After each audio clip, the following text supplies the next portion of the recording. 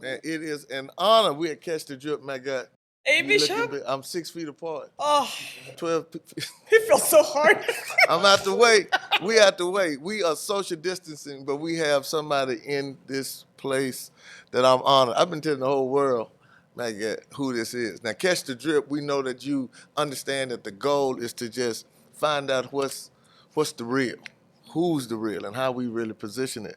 And there is nobody greater in the nation, Magatte. Let me do this because you in my city, even though he's not from my city. Right. He represents our city, Shreveport native, but Hollywood baby, who is one of the most inspirational, giving, caring, influential voices in the urban airwaves throughout the world, not just the nation. I'm serious.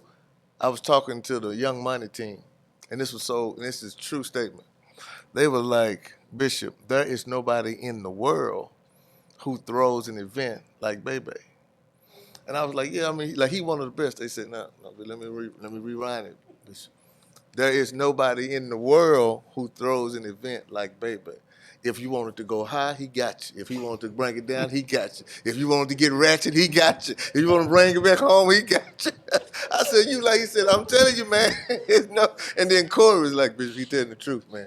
He is that guy. So I am honored. You may not know it. So, Bebe, we are so honored that you are here, man. And man, again, I'm sorry I had to just do all of that. Forgive me, but No, I'm so glad we have him too. yeah, man. So, baby, thank you for coming. Yes. Absolutely. It's a pleasure to be here. Bishop, anytime, you're involved, it's automatic. It's TTG, train to go. You And know, Miss Magatte, Nice pleased to to- meet you. Yes, ma'am. Nice to meet you. your story is one about perseverance. It's timing.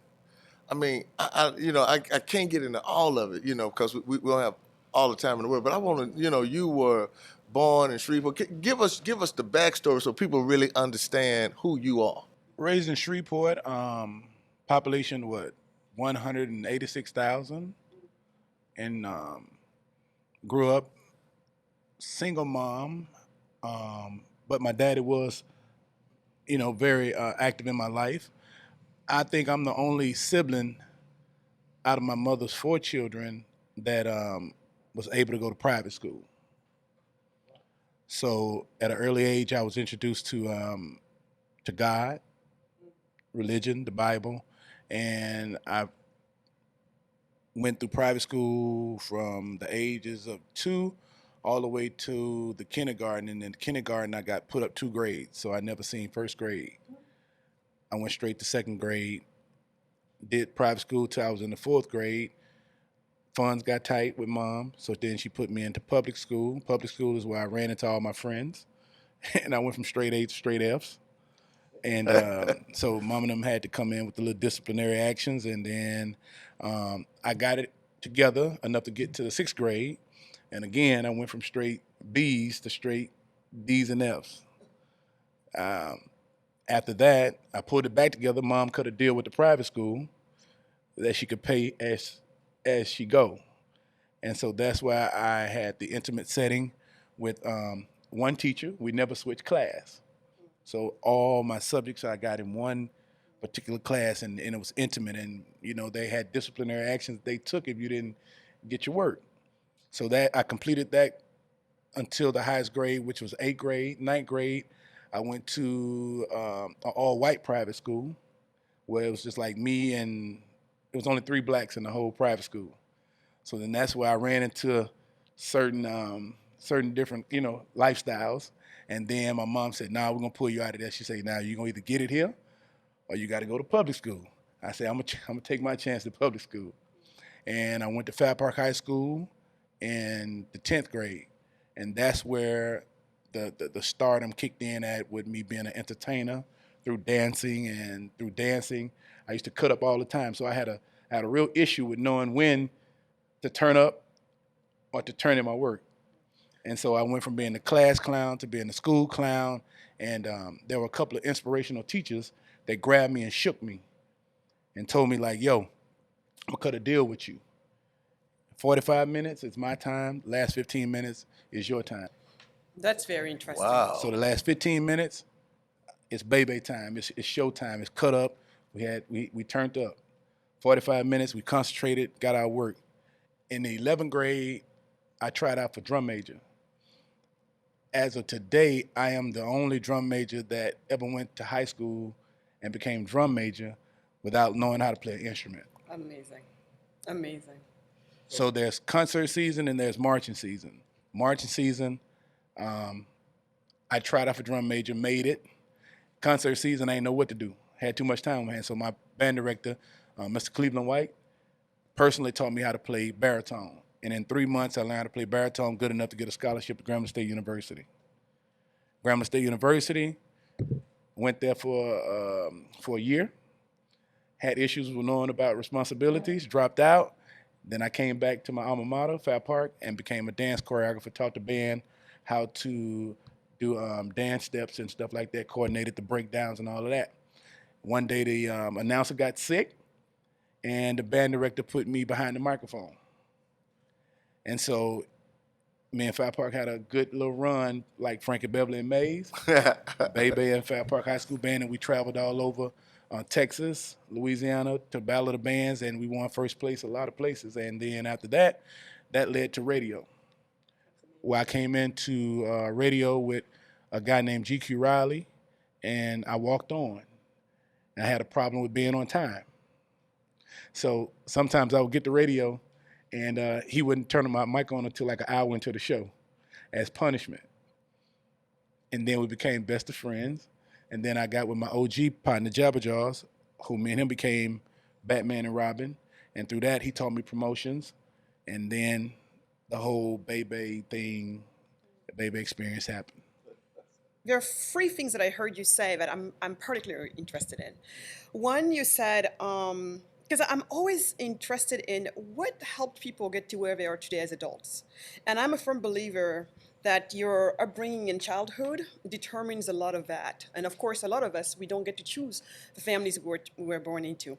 But I heard you say that your mom was a single mom and it looks like she worked really, really hard. But you also said that your father was quite present in your life. So I'm going to want to hear about that a little bit more. And then you talked about God. Yes. You know, and you talked about, you know, your education, the vows that you had between, you know, private school and public school. I'm interested in this three.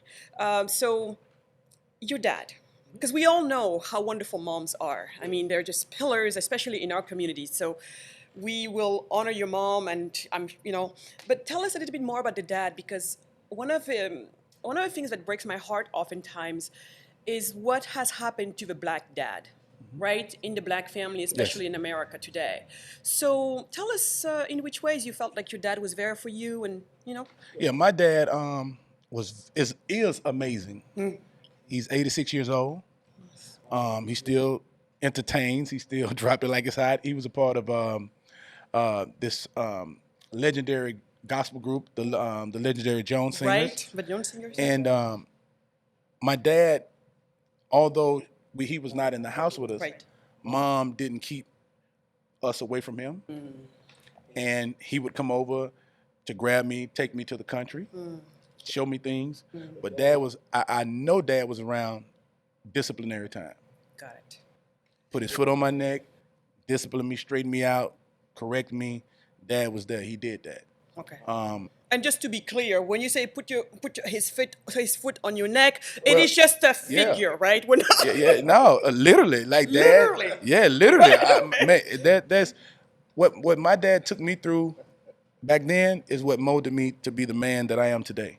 So you're telling us here, what is interesting for me is to hear that, because I hear so many of my friends in the black community who are only with their moms complain about mom actually keeping dad away. So I think it's very important. So what you're telling us is no matter what happened between the two, unless the other person is really just bad for the child, meaning doing really terrible things, there is role for the dad. And Yes. It's a critical role, it seems like, for you as a boy. My dad was very impactful to me, as well as my mom. I think it's an individual thing. I think, you know, we pick and choose what we are attracted to.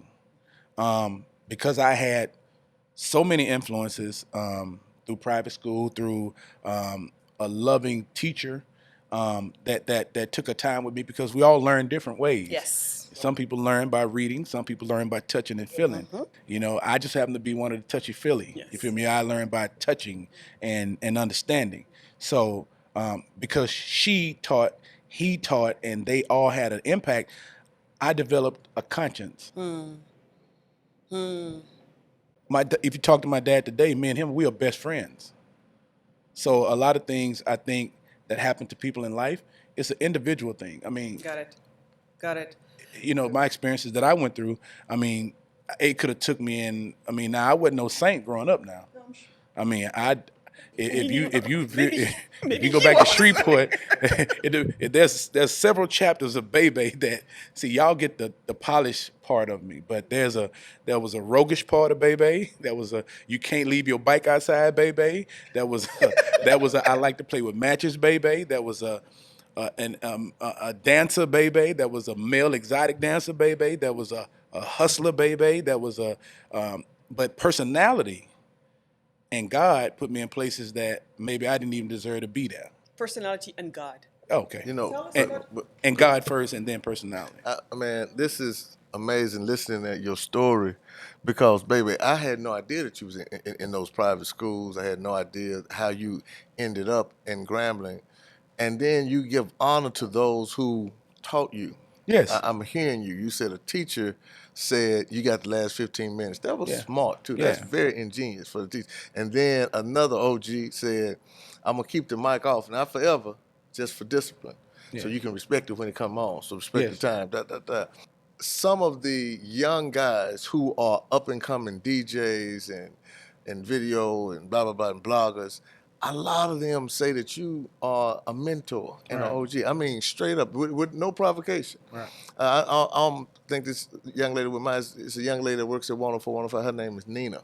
Young lady. And I said, so tell me what you, she was like, baby, my OG.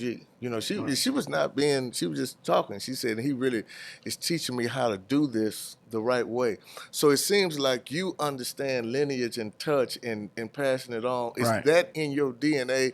And how do you do that in an industry that kind of is a dog eat dog, shark, biggest Right. shark? How do you do that? First of all, you have to determine how high you want to go. See, I could be Khaled if I really wanted to be Khaled. I was the first DJ on stage with an artist really from the South with Hurricane Chris, if you go back and peep the records.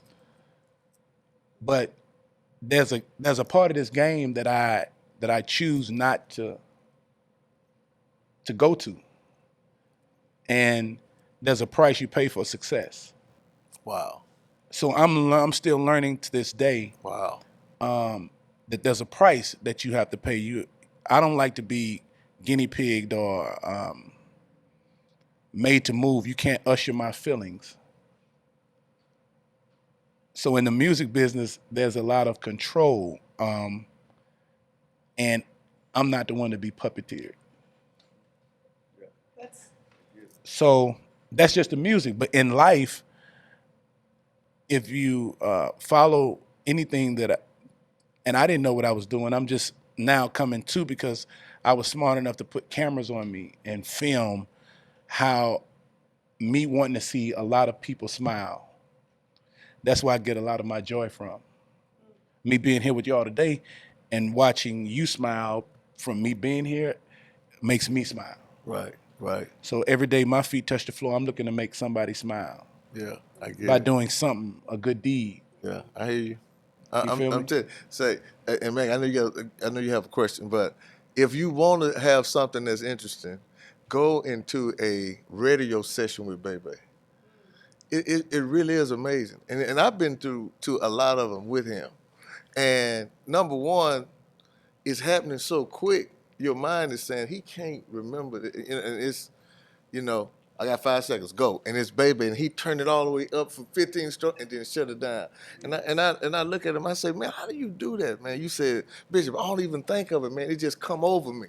It's like it come over me and it come out of me. And I've never seen that, man. So to go back to like some of the things that you were talking about prior to us getting on the mics. I think the way that a lot of stuff is fixed in this world is through pure love. Yes. A lot of people in the music business hadn't figured it out yet. Like the way that you stay relevant, the way that you stay in tune is to show love. See, the music business on our side is about take, and get, and hold, and don't share, and cutthroat. But me, and this is why I choose the level at which I stay, I'm a giver. Baby, this is what you're saying here is so important. I'm a giver, and I love that. So, because we have you today, there's something that I want to talk about. To me, it's connected to everything we're seeing right now. But to be honest with you, it's been with me since almost the day I was a conscious being. You know, like around age 5, 6. You know, things start to pop in your head, and I love everything you described, whether it's about your background or, you know, your vision of life and your concept of love and the concept of giving that I'm sure Bishop agrees with. So I'm here, I'm sitting with Bebe, and I'm seeing this side of you. And this side of you is just not the traditional side or what people think of when if I told them, oh, we're gonna go see somebody, you know, calling himself Hollywood baby. Or, you know what I mean? Like, there is, and today, I don't have to tell anybody. Wait a minute, say his name again. Hollywood baby. I need that. Leave me alone. Bishop, it's crazy that you heard Bishop makes that. fun of I need that. I'm going to record English that. is only my 4th language, so bear with me. Hey, I Hollywood respect the baby. game. I love That's it. how I said. Yes. Thank you. See, baby is all about love. Bishop today, baby is totally on top of you right now. Absolutely. You know, he's my new love. Forget you. Oh, man. Bishop Forget got you. all I'm the done love. with you. You're making fun of me. No, Bishop No, got all but- the love. But so, okay, this is a very important thing, though. We are, as we're talking right now, it is around the time because, you know, in the years to come, people might not know the background of this. But a few weeks ago, George Floyd was, you know, murdered. And the country has been going through many protests. I have been spending a lot of time talking to my other black friends around the world because back home in Africa, where I'm from, people are on the streets as well. You know, we're showing support because we do know that it's thanks to African Americans and their struggle and the fight that I'm even able, as an African immigrant today, to be sitting here with you guys. So to me, it is not lost, this common struggle. But I have found myself telling my friends, I have a feeling that the fact that the world looks at us the way they look at us, to the point that they think we're just, you know, we can be crushed like little cockroaches, you know. The same, I feel like there is a stereotype that's attached to this black skin of ours. There is an image, you know, that goes with this black skin of ours. Maybe it's because they see that most of Africa, you know, like sub-Saharan Africa, at least economically speaking, are poor nations. And then here in America, they're like, oh, look, you know, over there, urban black culture, they're always there causing trouble and, you know, all the violence and look at the rappers and look at the hip hop people. So, and then I'm just like, but wait, there is an image discrepancy. Because when I look at Baby, when I look at who you are, when I look at the behind the veil, if I take off the cap, I take off anything, thank you. What I'm hearing is hardworking man. I'm hearing God-fearing man. I'm full of love. I'm this many pounds of love and beyond. I'm hearing I'm a hard worker. Me personally, I'm seeing like an off-the-chart smart man. All of that together. But it doesn't coincide with the image that most people have of us, right? So, baby, what do we do? Because I am not here to take your art away from you. Rap is a certain style, hip hop is a certain style, and yes, you have all the stuff that goes with it to make it fun and approach, you know, but it is promoting, in a way, a certain, you know, life around violence, around, you know, sexualization of women, all of that. So what are we gonna do? Do you first of all feel like there's a discrepancy there? What do we do with this baby? It's funny that you say that because I love picking things apart. I pay attention more than I speak. So when I hear you say that, I want to give you two situations twofold. One, I want to address the side of, isn't it amazing that the same energy that projects that this particular culture is violent and they're out of control and can't be trusted and do all of this stuff is the same energy that is used for America to be built. How did America get here? How did we get here? The same energy, the same media, the same energy. I'm not going to call it a color. I'm going to say the same energy that told you that what you're doing is wrong. But that same energy does it. And that's how it gets ahead. On the other side, things that are glorified, we want it. On this side, entertainment, movies, all of that has violence in it. Look at your average movie. Good guy, bad guy. Bad guy kills good guy, he rides off into the sunset. Vice versa. TV goes off, we're not talking about, you need to take that movie off, you need to take that TV show off, you need to take that video off, because it's only entertainment. On this side, the video comes on, the movie goes, bang, bang, shoot, shoot, snort, snort, sell, sell. That's wrong. Remove that. That's you. That's how you really are. It's only entertainment. But the message is really not getting through to everybody. Right. That is just, it's only entertainment. Do I think that every rapper is really about that life? So then that's the point. Because at the end of the day, I could care less even like what maybe some of white people watching, the rappers and think. I don't care really. The people I care about, seriously, are young, black and brown, children, brothers and sisters. Some of them could be young enough to be my brothers and sisters. I care about them. Do we know if they're able to make that differentiation? That's where I really related to Bishop, because again, and Bishop, by the way, I was explaining that to you, baby, earlier. For the longest time, I was one of those, I was angry. I was very mad. Mad at the At artist? people like you guys. Wow. I was. I really was. Wow. I really was. Because I was incapable of making that differentiation that you talked about. Yes. They helped me make it. Yes. And as I understood it, that's actually when we got to do something. We got to do Catch the Drip. Because I understood that for them. But, baby, I'm afraid that out there, 99% of people don't get it.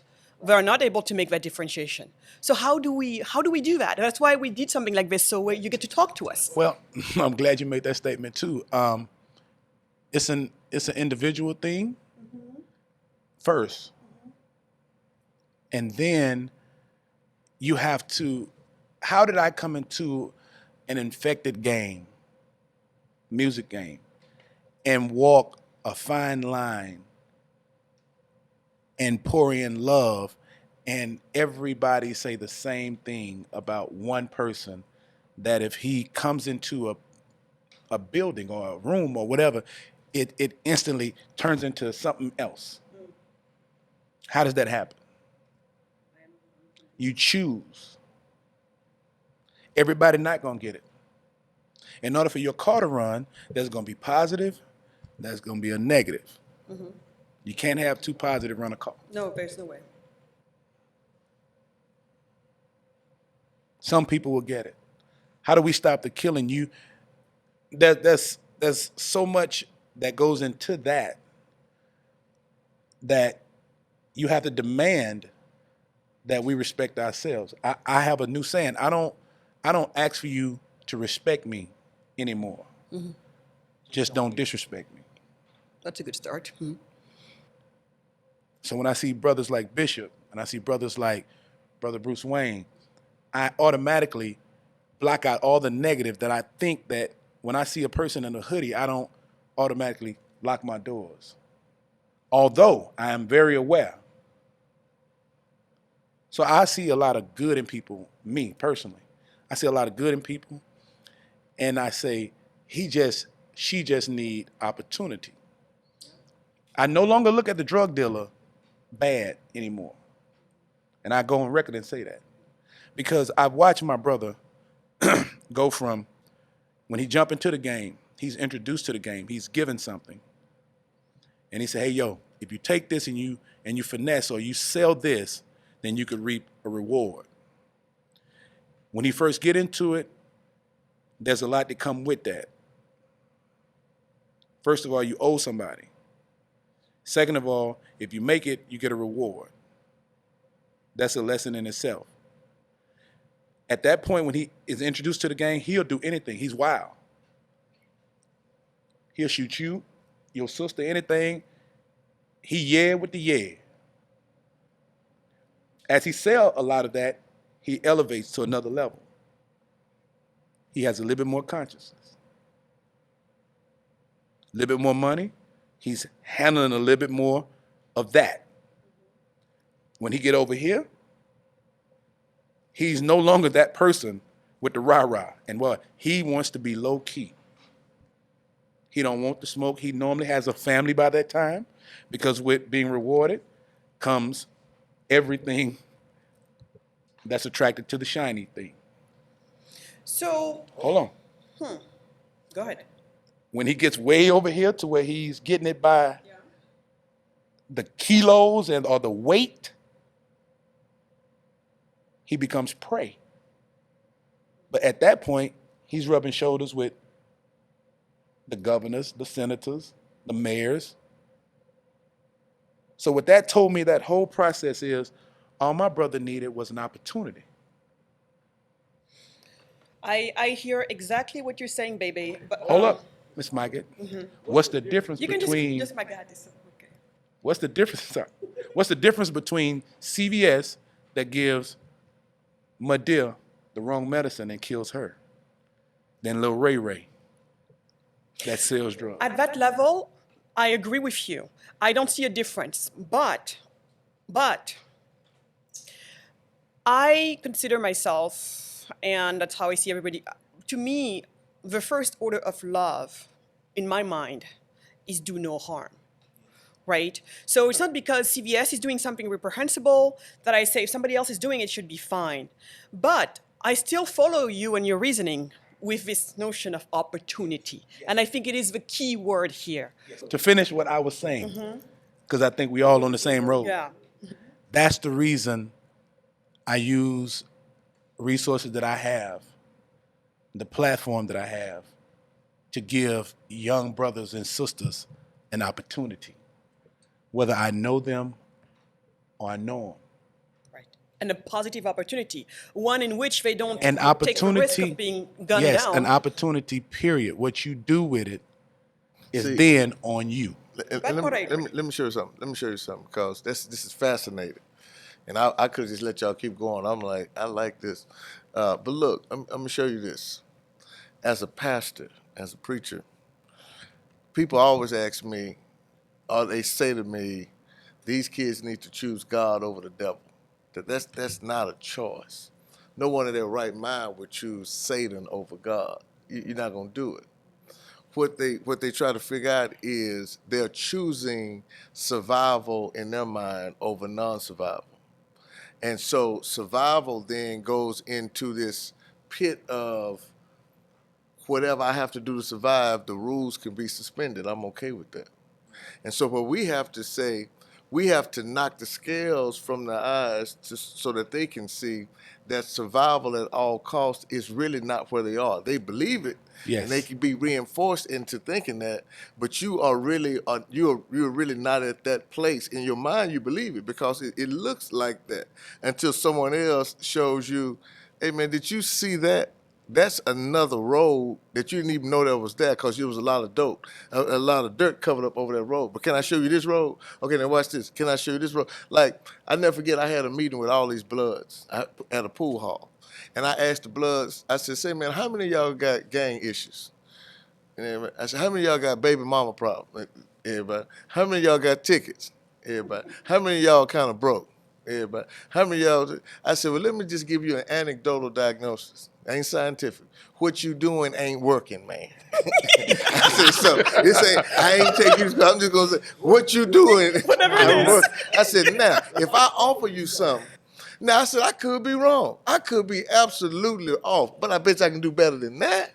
So you Absolutely. gonna give me a shot? I said, now if I'm wrong, go on and handle your business. And I can't. Okay. They was like, 98% of them dudes said, say, man, I don't know what you gonna do, but I'm okay. Let's do that. Let's figure it out. And so they are not. And so and see, but watch this. Now Magatte, because I love Magatte's passion and I love your passion. This is good. See, I'm gonna show you something. You have to be close enough to the client to do proper diagnosis. One time, Jesus went into a room and said, the girl is sleeping. The people laughed at Jesus and said, she dead. He told the people who thought she was dead, get out the room. And then scripture said he got very close to her and she came alive again. Sometimes people are doing drive-by diagnosis Yes, and they don't know how to get close enough to the folks to do proper that's diagnosis. true. So that's why you got to have a baby. And I right. say, now, baby, diagnose him for me. He gonna say, Bishop, that's a good one. Leave that one alone.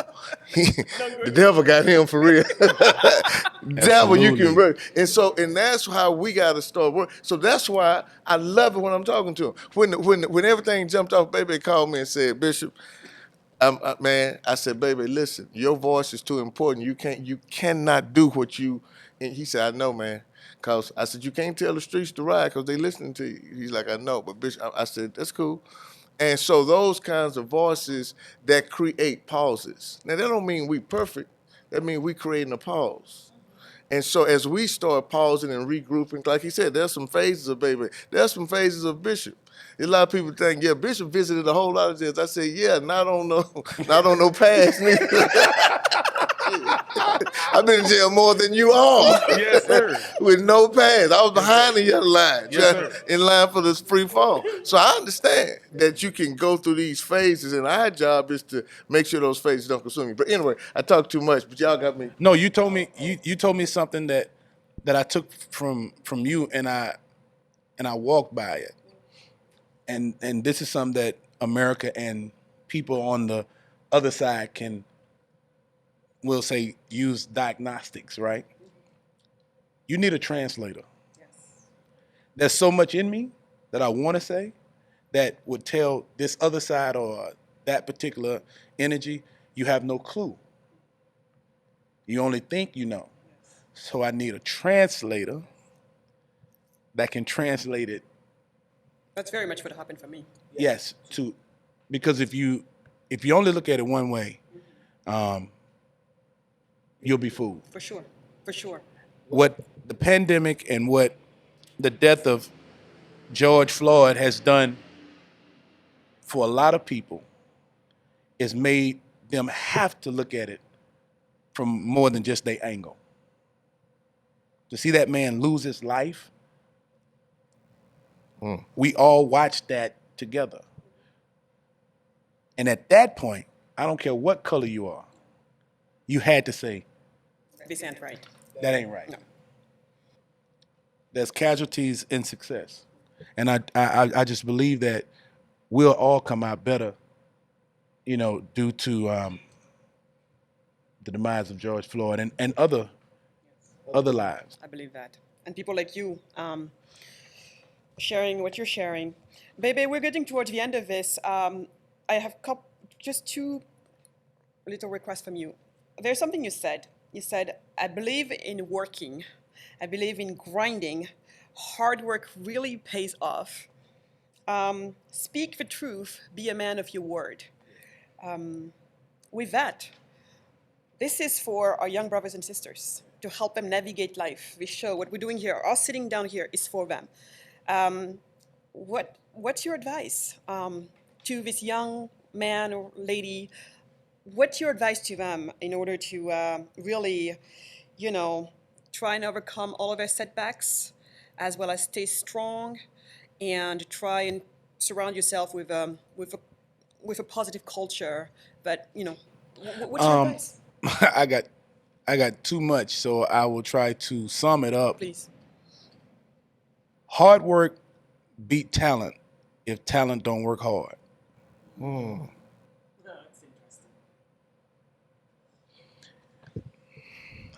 Everything that shine ain't gold. Don't chase money, chase happiness.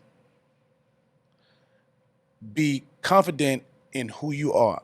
I don't care if I'm in the room with the president, my bishop, you. I'm going to be baby. Broken English, pig Latin, slang, street. I speak just me. And I'm confident, not cocky. If I take this jewelry off, I'm still baby. That right there is costume jewelry. It's real. You hear about you guys? This right here is costume. But if I take all of this off, it doesn't make me less than you or more than you. That's right.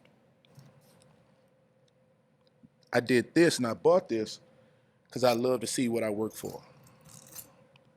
But I'm still baby. That's right. That's right. And this is all I ever wanted. This is just, it's this is what it is at the end of the day. All of this is just the bling, and it doesn't define you. It doesn't. It's just beautiful. Strong. Just beautiful. I'm not taking mine off, because mine ain't going to sound.